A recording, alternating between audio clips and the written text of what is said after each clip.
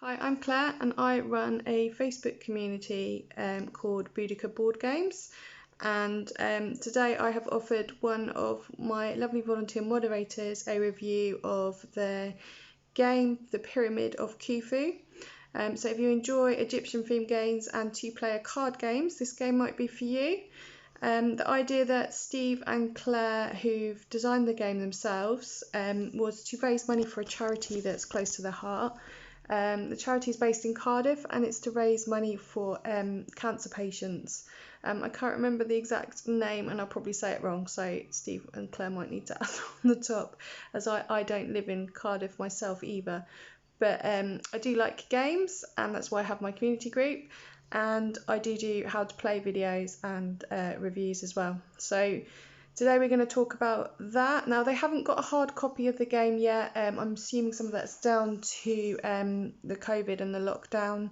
But just to use your imagination a bit, the cards are going to be plastic free, so environmentally friendly, which I think is brilliant. It's something I've often questioned myself with games, how environmentally friendly are they, although we do tend to keep them forever or trade them.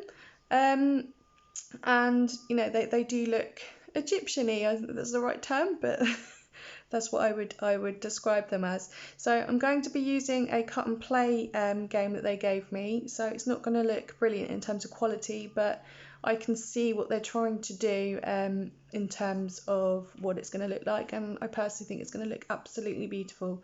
So to give you an idea of what the Pyramid of Khufu aim is, so I'm going to read some of this off of this sheet that they've given me because I'll get lost with my words. So your aim is to achieve the most divine points within your pyramid in order to ascend into a god upon your glorious death.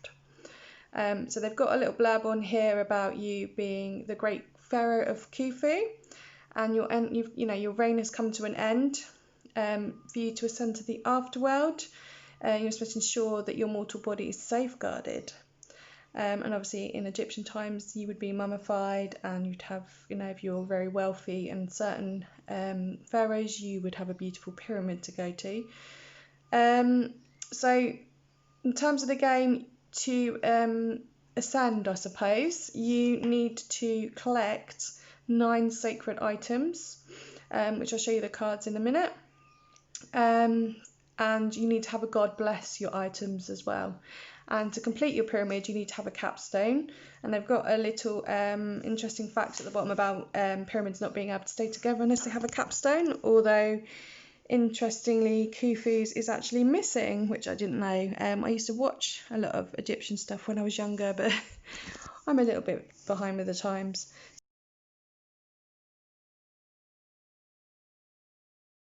So just to talk a bit about my thoughts of the game, I really enjoyed it. I love Egyptian themed stuff. As you can see by my attempt at trying to do makeup, I got excited. I used to watch and play a lot more things with it when I was younger. I would say the game, I would put the game at about 10 plus, although I do think younger children could play it if you use the simple rules. I didn't go into the more difficult rules, and you could just miss on the god ones. So like I've got a 7-year-old, so I would probably just ignore the last bit there and just go by that bit to make it a bit more simple. But for the standard game, I would say about 10 plus. As I say, it's a 2-player game. It took us about half an hour to play when we played it, but I think when we were talking to someone else, when they played it the next time, it took them longer because they were playing a lot more strategically, as you got an idea of the cards. My husband enjoyed stealing most of my good cards. If he hadn't have stolen them, I probably would have done a lot better, and I would definitely play that a lot differently with him, with stealing.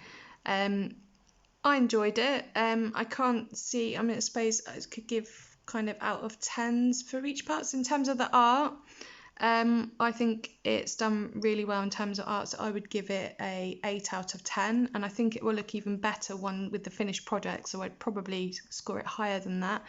I like the fact that they have that they're using environmentally friendly paper for it. For me, that's a bonus. It's something I'm trying to do myself. The fact that it's a bit more in theme with that, which is good. In terms of gameplay, I would give it a 9 out of 10. I think, again, once I've got the hard copy, I may even give it a 10 out of 10. I'm looking forward to playing again with my husband with the actual hard copy.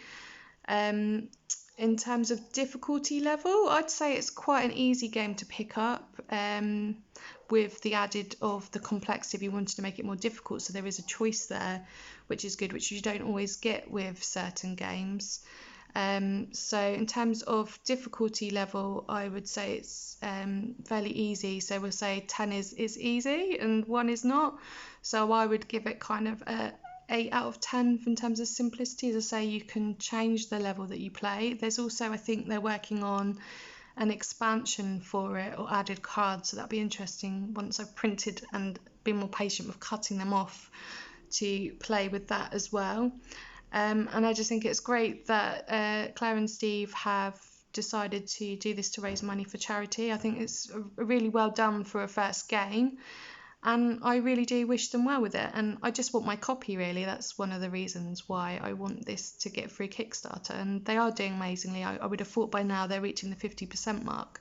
So if you like Egyptian games, and this is a kind of a something that's important to you, cancer research or helping other people that are cancer, it's definitely something worth backing. As I say, you can add people's name as a gift on it to adorn the card, which I think is a really sweet and lovely idea. And if you're a business as well, particularly in the local area, it could be really helpful to have your name on there as well. So yeah, I wish you luck, and I hope I've not waffled too much. I'm sure there's bits I've missed, and there is a little bit more difficulty with the dice, not difficulty, but subtleties with the dice. But I hope you can kind of get an idea of how it plays, and I hope it helps to make a decision. So thank you for watching, and good luck, Steve and Claire.